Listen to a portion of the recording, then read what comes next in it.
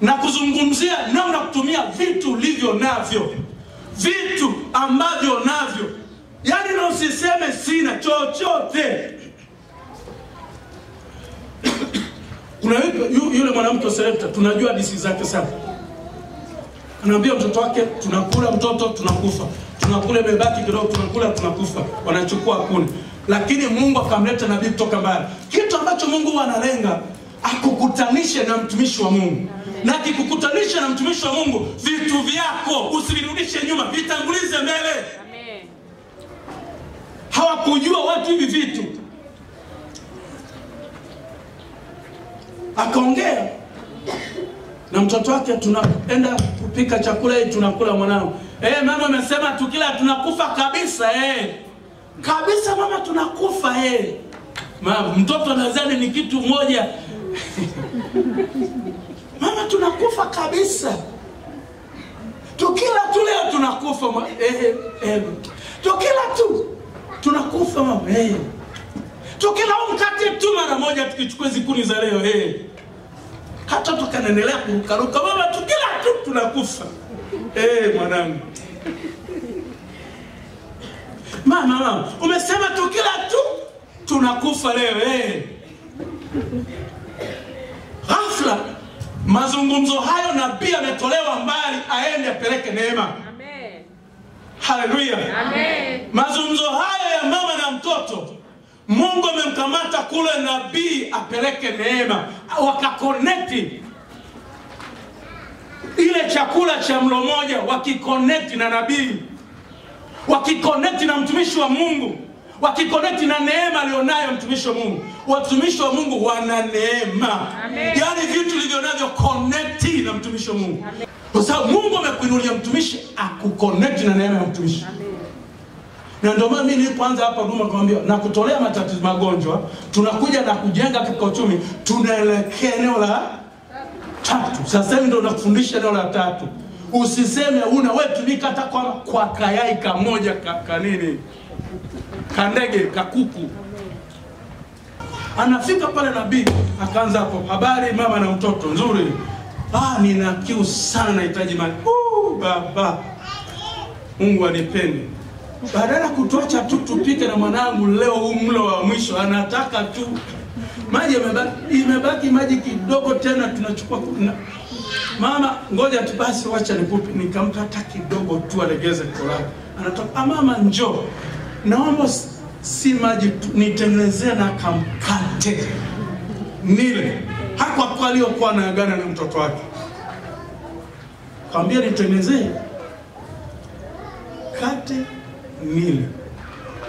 Kaambia mgeni wangu, imebaki kamkate, yeko kaunga na mafuta kadogo, na haya mafuta, hiyo maji unaambia nikupe, tunatengeneza mlo huu. Akaambia hicho ukatengeneze kwangu kwanza, mimi mgeni, ukanitengenezea mimi mgeni kwanza nile. Ndipo alipoenda kutengeneza chakula kule mgeni. Anatengeneza na shangaa, narudi mafuta yako pale pale. Ndipo maandiko akasema, unajua walitumia unga huo na mafuta hayo, maji hayo, mpaka kipindi kilipo fika, mvua zimenyesha, mavuno yamevunwa. Kwa hiyo kitu ambacho Mungu alikusudia kuokoa, aliwapelekea neema iliyo ndani ya mtumishi. Yaani nataka uelewe hili. Nataka uelewe hili. Na nataka uelewe hili. Ulipokea miujiza haraka haraka. Yaani sasa tunazungumzia eneo lingine. Na tunapozungumzia eneo hili, sasa hili sikilize vizuri. Nikakuzia juice pale. Kuna mwanamke mmoja pia akaenda kwa nabii. Huyo alishakamwambia, nadaiwa deni, mtu anachukua watoto wangu, mume wangu alikuwa nabii amekufa, alikuwa anatumika na wewe. Hasa nifanyeje? Anadhani mtumishi wa Mungu anaenda kumhesabia hela ampe. Lakini mtumishi wa Mungu alimwambia, una nini nyumbani? Sikiliza kwa makini, una nini nyumbani? Kaambia sina. Mtumishi akikubali. Kwa sababu muuliza hivyo kwa sababu ya Roho Mtakatifu alikuwa anasema na yeye atumie vitu alivyo navyo ajidhihirishe. Amen. Nataka kufundisha kwamba Mungu tumia tulivyo navyo ajidhihirishe. Amen. Una nini nyumbani? Sina. Yaani nimekuambia si una nini nyumbani? Kakumbusho wewe. Una hata si kuna kama mafuta kidogo kanibakia na wewe. Tumishi, chupa yangu ina mafuta kidogo tu ya kupikia. Kidogo tu. Kaambia basi. Sasa nenda ukatake kwa jirani zako vyombo vingi, yani kusanya vyombo. Baada ya kukusanya anza kumimina hayo mafuta. Akenda kataka vyombo vingi kaviminia vinajaa, kashangaa vikajaa vyote alivyokuwa ameazima. Aliambiwa ukimaliza uza, lipa deni. Akafanya hivyo, akauza. Akabakia, akamwambia nimefanya hivyo, nimebakisha. Yaliyobaki ukatumia na watoto wako. Hasa ninachozungumzia nini? Mungu hutumia vile tulivyo navyo ili alete udhihirisho. Kwa hiyo nguvu ya Mungu hutaka kuleta udhihirisho kwa vile tulivyo navyo, kwa jinsi tunavyotenda, kwa vile tulivyo navyo. Naomba nisikilize kwa bidii. Nisikilize kwa bidii. Leo nitazame mpaka macho yako yapone na yakamate kitu kipya.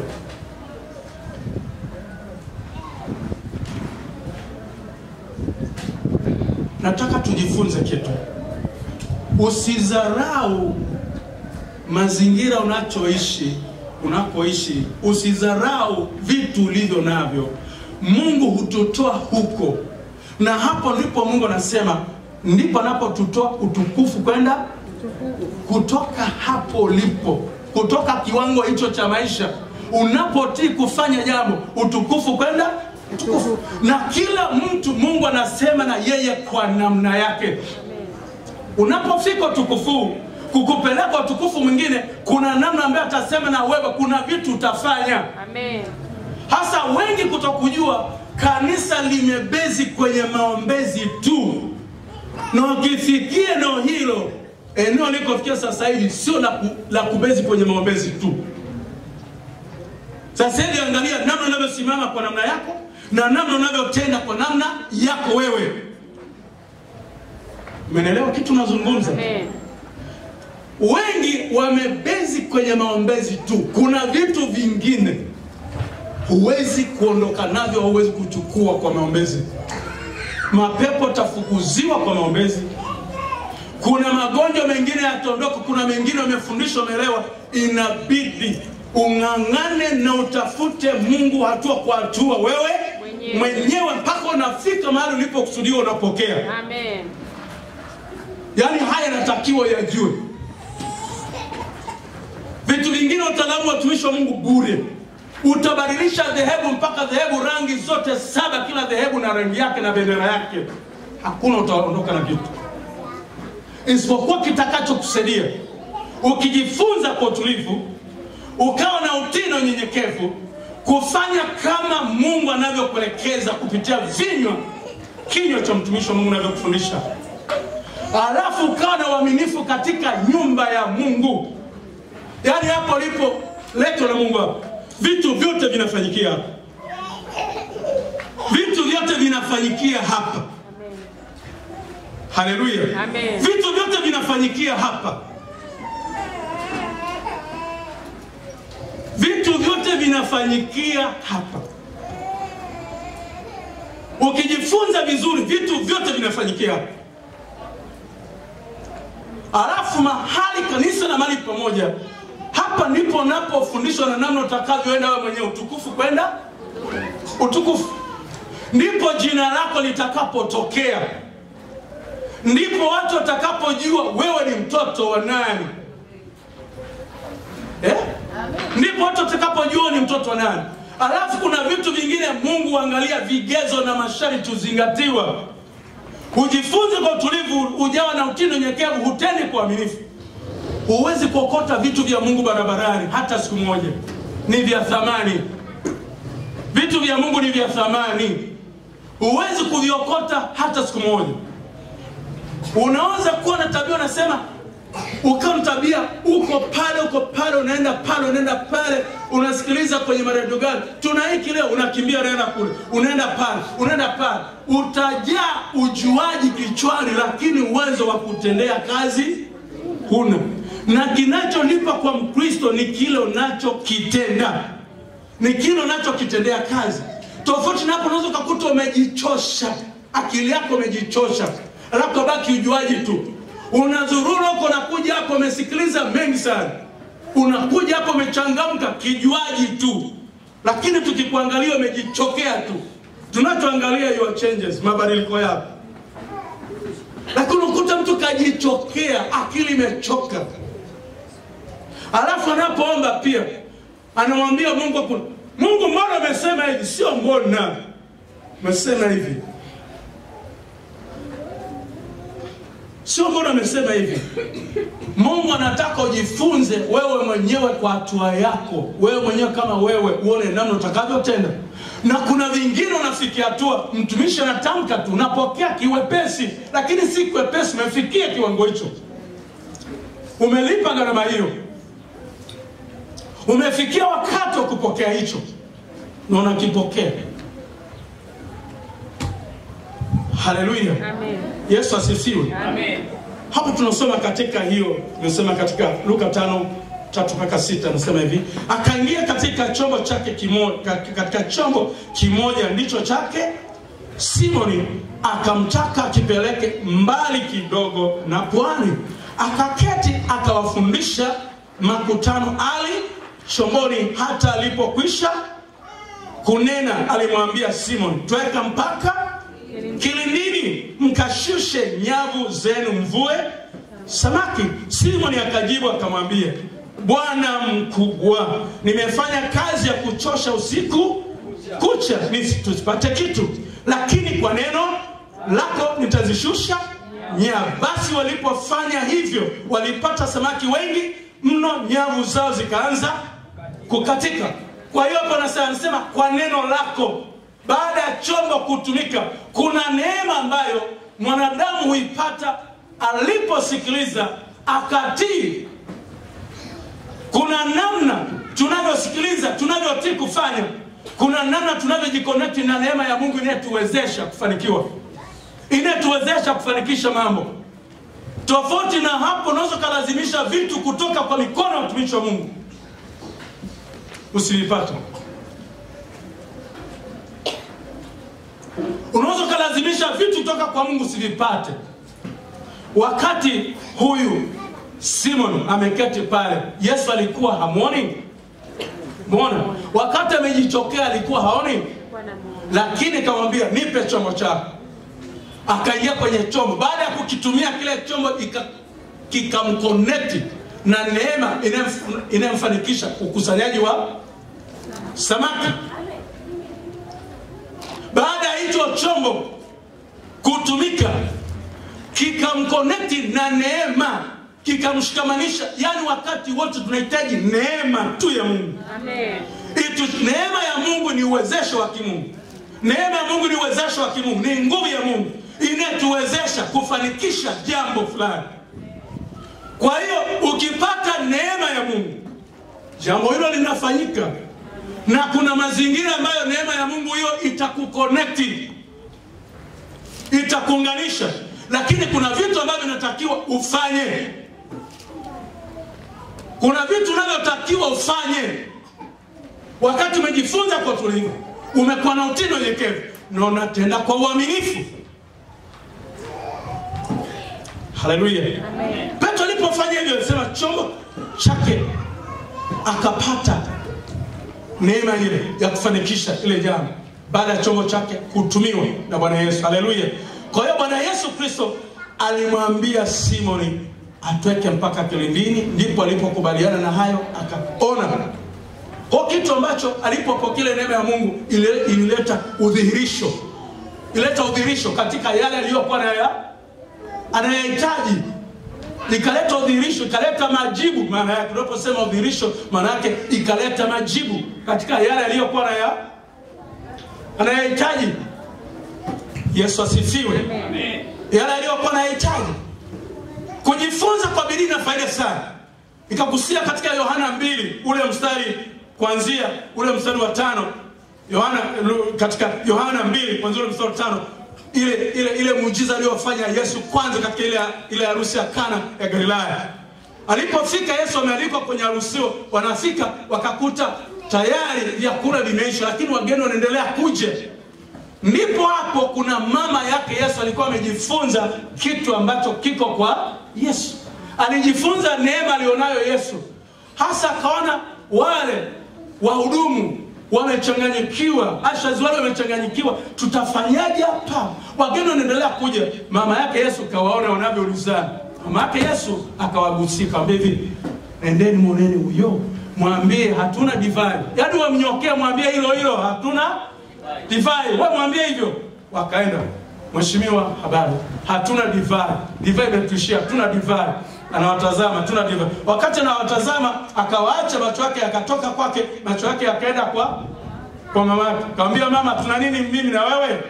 Mama, tuna nini mimi na wewe? Na mama yake amenyamaza. Na Yesu karudisha macho yake kwa wale wahudumu wa ile harusi. Kawaambia hivi, mna nini?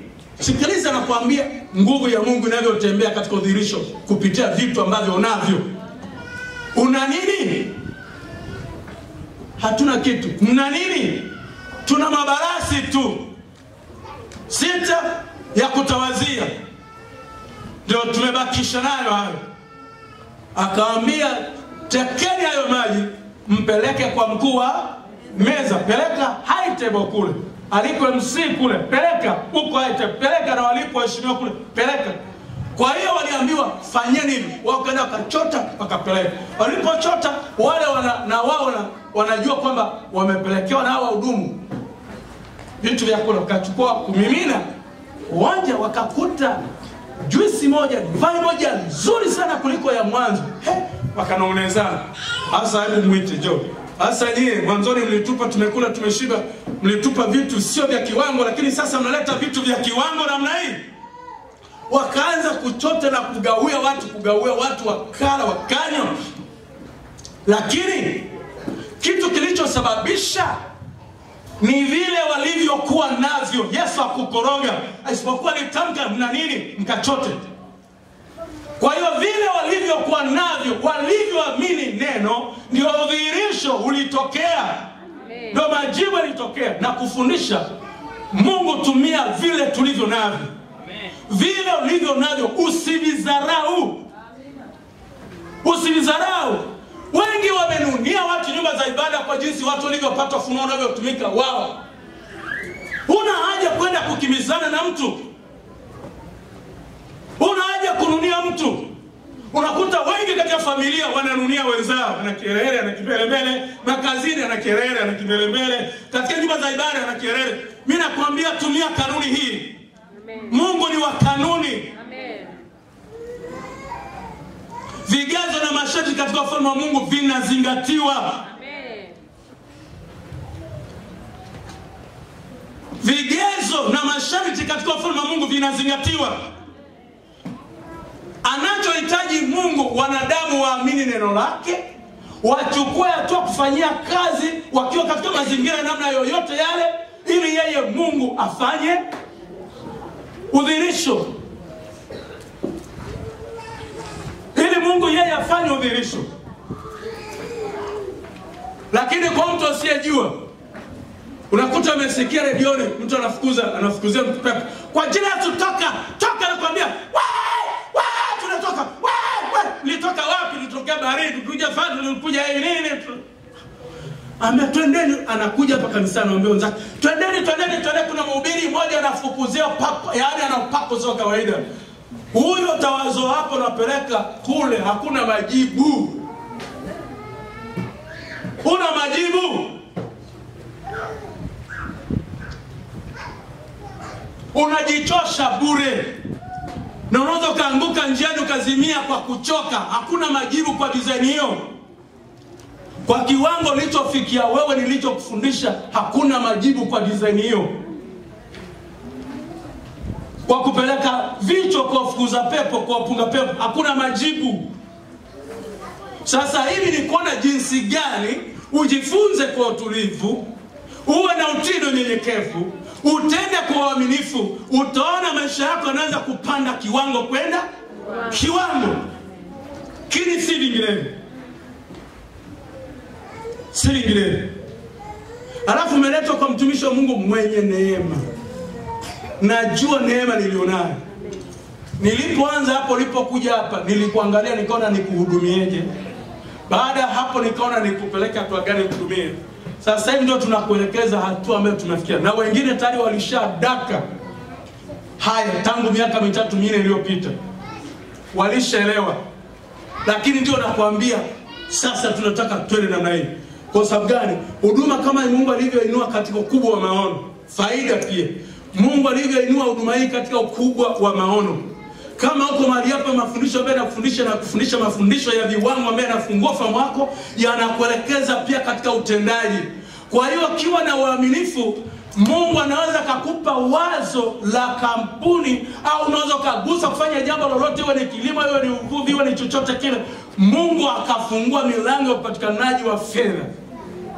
Si sasa hizo fedha sio kwa ajili yako tu. Hizo fedha pia umepewa kwa ajili ya huduma. Na ndio maana tufundishwe tuweze kuelewa, kama una tabia hiyo ya kukunja mkono, unaweza usifaidi pia mambo ya Mungu. Hasa unaomba upewe fedha, unaomba Mungu. Mimi ninaomba siku na mchana Mungu akuinua kiuchumi. Na ndio maana nakufundisha mafundisho haya yenye nguvu na kukupa mbinu zote ili utoke. Na mahali ulipofika kuzuri pia uendelee kupanda kwenda juu, na hakuna yote kukushusha na wala kukunyang'anya vitu ulivyofanikiwa. Maana ni vya Mungu. Wewe ni wa Mungu. Vitu vyote ulivyo navyo ni vya Mungu, na unavitumia kwa ajili ya Mungu. Na ikatokea nikachukua narudisha. Kwa kijana siku moja kaniambia, mtumishi, chombo changu kimeibiwa. Nikamwambia hicho chombo usikinunua kwa ajili ya huduma. Hakuna kwenda popote. Yule mtu atatandikwa na atafanywa mpaka atakirudisha. Amen. Nikamwambia usihangaike. Na wala usitoe rushwa popote kusema kwamba unaenda kutafutia hicho chombo, kitarudishwa. Amen. Afu watu wakasema wewe mtu kikatafutwa mpaka kaambia kijana njoo chukua chombo chako. Wamemtafuta wao kijana njoo chukua chombo chako. Amen. Yaani unapookolewa ukubali kwamba wewe ni mali ya Yesu. Amen. Ni mali ya Yesu, na mali zako zote ni za Yesu. Amen. Na kubali zitumike kwa furaha. Amen. Unapovipata tumika, kama ni nyingi tumika kwa wingi wake, kwa furaha. Kama huko katika kiwango fulani, tumia, wala usishindane na mtu kwa kiwango chako. Kwa kiwango chako. Kwa kiwango chako. Na hakuna mtu akafanya kitu ndani ya ufalme wa Mungu akaamulia sifuri. Utumishi tunatumika ni wa faida. Amen. Na hakuna kitu nakifanya kwa Mungu kaamulia hasara hata siku moja. Nimejifunza.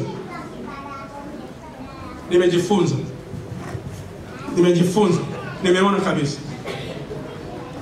Nimeona kabisa.